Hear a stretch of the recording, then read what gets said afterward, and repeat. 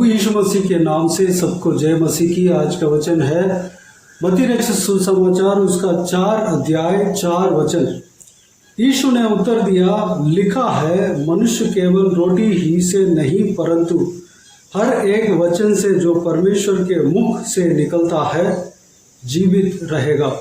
मेरे प्रियो, इस बहुमूल्य वचन को परमेश्वर प्रभु यीशु मसीह अपने जीव काल में, जब शैतान जो इब्लिस कहलाता है उससे जब परीक्षा हुआ, उस समय शैतान को वचन के द्वारा परमेश्वर प्रभु यीशु ने जीता।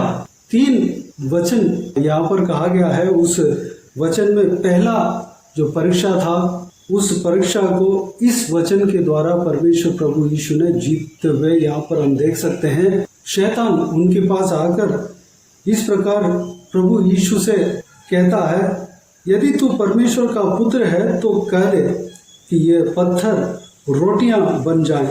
प्रभु यीशु परमेश्वर है। प्रभु यीशु परमेश्वर आदि से लेकर अंत तक वही है। ये बात शैतान भी जानता है। प्रभु यीशु परमेश्वर होने के बावजूद भी वह मनुष्य बना।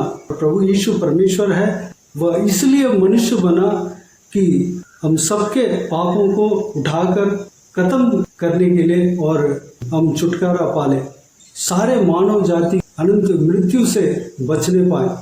प्रभु यीशु इंसान था, इंसान के रूप में इस धरती में जन्म लिया और इंसान के रूप में ही जिया। उनको भी भूख लगी क्योंकि वह उपवास था। उपवास में 40 दिन 40 रात वह उपवास कर रहा था। उस समय एक आम इंसान को जिस तरह भूख लगता है, वैसे ही परमेश्वर प्रभु यीशु को भी भूख लगी।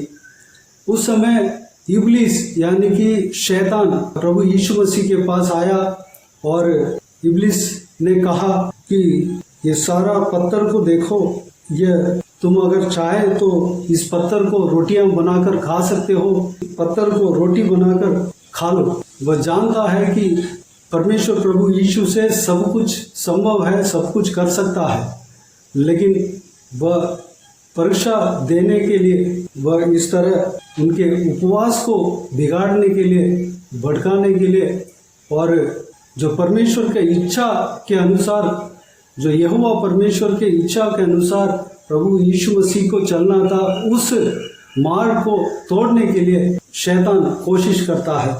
लेकिन प्रभु यीशु उस वक्त में जो वचन को कहना है, जिस वचन को पालन करना है, उस वचन के द्वारा इब्लिस को भगाया, इब्लिस को हराया। प्रभु यीशु ने कहा, लिखा है, मनुष्य केवल रोटी ही से नहीं परंतु हर एक वचन से जो परमेश्वर के मुख से निकलता है जीवित रहेगा। इब्लिस उस परीक्षा से हराने के लिए कोशिश किया, लेकिन वह खुद हार गया। मेरे प्रियो, यहाँ पर हम देख सकते हैं, हमारा शरीर के लिए भोजन जरूरत तो है, लेकिन प्रभु यीशु कहता है और परमेश्वर का वचन कहता है, परमेश्वर ने ही इस वचन को बताया है कि मनुष्य केवल रोटी ही से नहीं, रोटी से जीता तो है, पर सिर्फ रोटी से, सिर्फ भोजन से नहीं जीता है। भोजन के साथ साथ हमें परमेश्वर का वचन को हमें खाना है। परमेश्वर का वचन से एक व्यक्ति का जीवन संपूर्ण होता है। अगर परमेश्वर का वचन नहीं है, जितना भी भोजन खा ले, जितना भी भोजन आगे रख ले, वह व्यक्ति का जीवन शक में पड़ जाएगा। वह जिएगा या नहीं जिएगा उसका कोई ठिकाना नहीं। अगर भोजन, खूब सारा भोजन, मनमाना अगर भोजन अगर रख भी लेते हैं, हमारे शरीर उसको एक्सेप्ट नहीं कर पाएगा तो फायदा ही क्या। अगर हमारा हृदय जो चाहता है उस भोजन हमारे हाथ में है, लेकिन खा नहीं पाएंगे तो उस भोजन का क्या फायदा।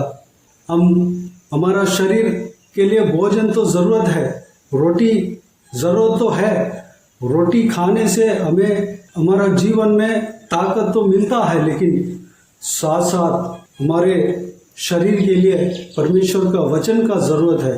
जब हम परमेश्वर का वचन को रोटी से ज़्यादा खाएंगे परमेश्वर का वचन को साथ में खाएंगे तो हमारा शरीर तंदुरुस्त रहेगा, हमारा आत्मिक इंसान तंदुरुस्त रहेगा, हमारा विश्वास के जीवन में हम तंदुरुस्त रह पाएंगे। प्रभु का वचन कहता है मनुष्य केवल रोटी ही से नहीं परंतु हर एक वचन से जो परमेश्वर के मुंह से निकलता है जीवित रहेगा। जो परमेश्वर के मुंह से जो कुछ भी वचन निकला है उससे मनुष्य जीवित रह सकता है, जीवित रहेगा। जो परमेश्वर का वचन कहा है वह सच है। जो पवित्र बाइबल हमारे हाथों में परमेश्वर ने दिया है उसमें परमेश्वर का वचन, जो परमेश्वर के मुंह से निकला हुआ वचन लिखा हुआ है, उस वचन से हम जीवित रह सकते हैं। अगर किसी के अंदर अगर रोग है, परमेश्वर का वचन को अगर हम क्लेम करें, परमेश्वर का वचन को अगर हम खा लें, परमेश्वर का वचन को रखकर अगर हम प्रार्थना करें, परमेश्वर का वचन से हम चंगाई चाहकर प्रार्थना करें तो हम चंगाई पा सकते हैं, हम उस रोग से छुटकारा पा सकते हैं। परमेश्वर का वचन को जब हम सुनते रहेंगे वह परमेश्वर का वचन हमें चंगा करेगा। परमेश्वर का वचन को जब हम अपने हृदय में भरेंगे, परमेश्वर का वचन हमारा हृदय में कोई बीमारी आने नहीं देगा, हमारा शरीर में कोई बीमारी आने नहीं देगा। अगर हमारे शरीर में, हमारे सोच विचार में हर एक जगह पे परमेश्वर का वचन को पहुंचाते हैं, परमेश्वर का वचन से अगर हम भरेंगे तो वह वचन हमारे शरीर में जो कुछ भी दुर्बलता है, कमजोरी है, निकालेगा। शारीरिक बल, शारीरिक सामर्थ्य हमें देगा, लंबी उम्र हमें देगा। हम सोच भी नहीं सकता वैसा चमत्कार परमेश्वर प्रभु यीशु हमारे जीवन में करेगा। डॉक्टर भी चौंक जाएंगे, उस तरह की आश्चर्य काम हमारे जीवन में, हमारा शरीर में होगा। दूसरी बात, परमेश्वर के मुंह से निकला हुआ वचन के द्वारा हम जीवित रहेंगे। यानी कि प्रभु यीशु का दूसरा नाम परमेश्वर का वचन है। यानी कि जो यहोवा परमेश्वर जो स्वर्ग में सिंहासन में विराजमान है, उनके मुंह से जो वचन निकलता है वह इंसान बना प्रभु यीशु नाजरी नाम से इस धरती में आया। यीशु के दूसरा नाम परमेश्वर का वचन है, यीशु का नाम परमेश्वर का वचन है। प्रभु यीशु के द्वारा हम जीवन पाते हैं। हम एक इंसान यानी कि आम इंसान केवल रोटी से जीवित नहीं रह सकता, बल्कि अगर वह इंसान प्रभु यीशु को अगर अपनाता है, वह इंसान पूरी तरीके से जीवित रह सकता है। उसका जीवन संपूर्ण होता है, उसका जीवन में कोई कमी नहीं रहता, उसका शारीरिक जीवन में कोई कमी नहीं रहता, उसका आत्मिक जीवन में कोई कमी नहीं रहता। प्रभु यीशु मसीह को अगर नहीं अपनाया तो हर जीवन में हम कमी महसूस कर सकते हैं, बाहरी तरीके से हम कमी महसूस करते हैं, क्योंकि प्रभु यीशु ही जीवन है। चाहे आत्मिक दिशा में हो, चाहे शारीरिक दिशा में हो, प्रभु यीशु ही एक इंसान को जीवन देता है। प्रभु यीशु ही एक इंसान को आत्मिक जीवन देता है। प्रभु यीशु ही एक इंसान को शारीरिक चंगाई देता है, छुटकारा देता है। अगर हम कहीं भी जाए, छुटकारा के लिए कहीं भी जाए, वह छुटकारा व्यर्थ है, वह छुटकारा नहीं है, बल्कि प्रभु यीशु जब छुटकारा देता है वह असली चंगाई है, वह असली छुटकारा है, वह असली ताकत है। मेरे प्रियो, प्रभु यीशु को अपनाएं, प्रभु यीशु को अपना हृदय में रखें, प्रभु यीशु को अपना दिमाग में रखें, प्रभु यीशु को अपना शरीर में रखें। प्रभु यीशु का जो सामर्थ्य है उसको हम पाने के लिए प्रार्थना करें। प्रभु यीशु का जो रहने का मंदिर अपना शरीर को बनाए। प्रभु यीशु हमें जीवन देगा, प्रभु यीशु हमें चंगाई करेगा। मेरे प्रियो, इस वीडियो को देखने वाले में से जो कोई भी जन प्रभु यीशु को नहीं जाना, तो आज प्रभु यीशु को जानिए। प्रभु यीशु जीवन देने वाला परमेश्वर है। वह परमेश्वर होने के बावजूद भी, सारा सृष्टि का मालिक होने के बावजूद भी इस धरती में इंसान बनकर आया। इसलिए आया क्योंकि हमारे लिए खुद को बलिदान दे, हमारे लिए हमारे पापों को उठा ले, हमारे रोगों को उठा ले, हमारा बीमारियों को उठा ले, हमारा दुर्बलताओं को उठा ले, हमारा कष्ट को उठा ले, हमारा रोग को उठा ले, हमारा पीड़ाओं को उठा ले, हमारा मौत को वह क्रूस में उठा ले।